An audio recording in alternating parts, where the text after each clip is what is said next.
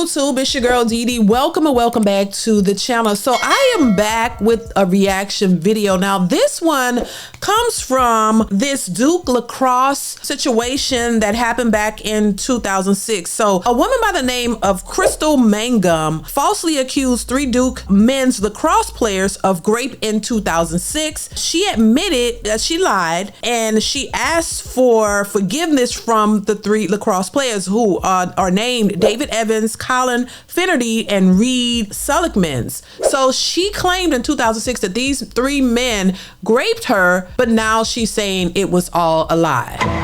So I'm gonna go ahead and play the news story on this particular case so you guys can get a little bit of a background on this, and then I'll give my 2 cents, but I definitely want to hear your thoughts on this one. You know, some people are speculating that, oh, you know, she was coerced to change her story after all these years, but I don't know if that's the case. She admittedly said that she lied and she's going to explain why, and I want to get y'all thoughts on this. So let's go ahead and get into the video. Make sure you are subscribed to the channel. It's free to subscribe, share, and like the video, you guys. Also chime in the comments. I want to hear your thoughts on this one. So let's go ahead and get into it. Here we go. The woman who falsely accused 3 Duke lacrosse players of her nearly 20 years ago finally admits publicly she lied.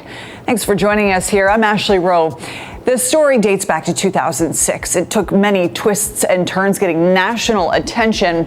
Nearly 20 years later, Mangum made her confession on a podcast. WRAL's Sarah Kruger explains why now. It's hard to overstate the impact this case had on Duke, on Durham, on those involved. Now the woman at the center of it all, Crystal Mangum, is seeking forgiveness. A video podcast interview with Let's Talk with Kat is where Mangum made the stunning admission nearly 20 years in the making. I testified falsely against them by saying that they me when they didn't. And that was wrong. It was 2006 when Mangum falsely accused 3 Duke lacrosse players. Many in the community were quick to take her side.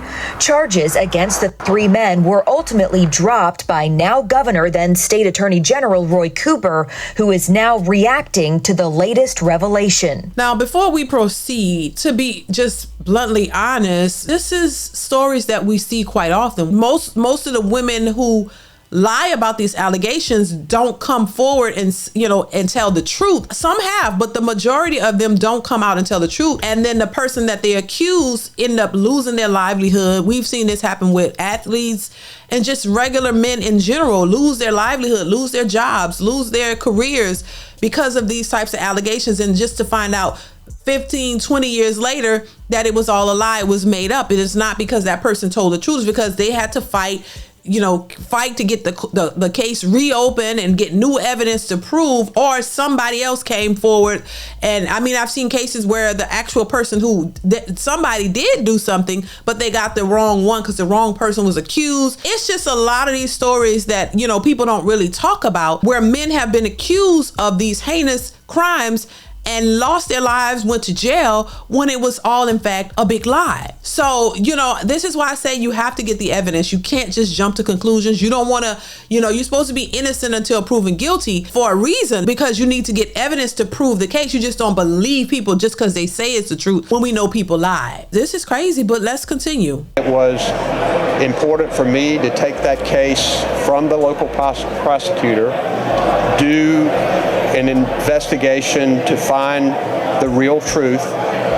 It is why I dismissed the charges and took the extra step to declare those players innocent of those alleged crimes. Mangum is currently in prison for her boyfriend. The interview came about because podcast host Caterina DePasquale wrote to her asking her to be a guest on the show.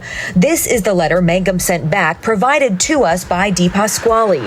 In it, she lets DePasquale know it's been on my heart to do a public apology. I hope that they can forgive me, and I want them to know that I love them. No, wait. So wait a minute. Let me get this straight. So she's in prison for deleting her husband. You know, maybe this is her karma. Maybe this is her karma, because once again, I think when you make allegations like this and there's no proof and there's no evidence, and then it comes out that you lied about it, you should do some jail time, in my opinion. But clearly nothing happened to her because people believed her, but maybe there was no evidence and it didn't go any further, because clearly they didn't state that the guys did any jail time or anything. So they must not have had enough evidence. They dismissed the claim, but now she's saying it was a lie now that she's in jail for child. Why? What's in her mental? This says a lot about her. I'm just saying, like, what was you thinking? Like, what is going on? Let's continue. Her time in prison as one of growth, with a lot of time spent reading the Bible. I betrayed the trust of a lot of other people who believed in me.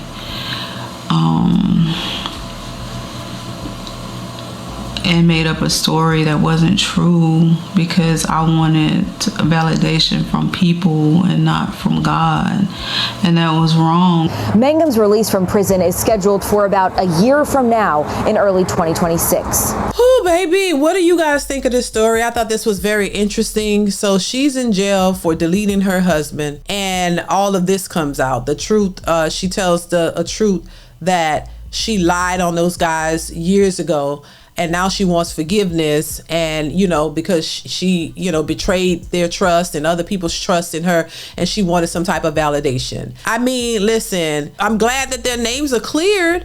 And I mean, because once again, I'm going to assume that if, you know, she claimed this back then and she claimed it happened, and it doesn't seem like much happened to the guys, and I'm glad nothing did, because the allegations were false and they didn't have enough evidence. You know, I don't know, there's probably more to this, but it's very interesting that she comes out years later and said that it was all a lie, she made it up.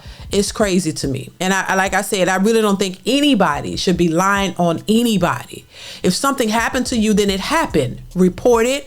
You need to get justice. But if it didn't happen to you and you lied, you need to pay the price for lying. There needs to be consequences for people lying on innocent people. I just think that's something that they need to think about. You know, you shouldn't be able to just lie on somebody and walk off and live your life like nothing ever happened while the other person is accused of it or looked at in a strange way, as if they, you know, judged as if they really did do it when they know they didn't. You know what I'm saying? It's just a slippery slope. It's a horrible situation, but this is nothing new. We've been seeing this happen for quite some time. And a lot of times when it's women with these allegations, they just say what they want. And if it's not true, oh, well, you walk on. But if a man is accused of these things, the book is thrown at him automatically until they figure out if he did it or not, or if it's true or not. Well, I think that's a unbalanced situation, and I think that needs to be corrected. That's just my thoughts on it. But listen, y'all let me know what y'all think in the comments. Chime in. I want to hear your thoughts on this one. Hit that like button, share the video, you guys. Turn on that notification bell to be notified when I post content, and I will catch you in the next one. Bye.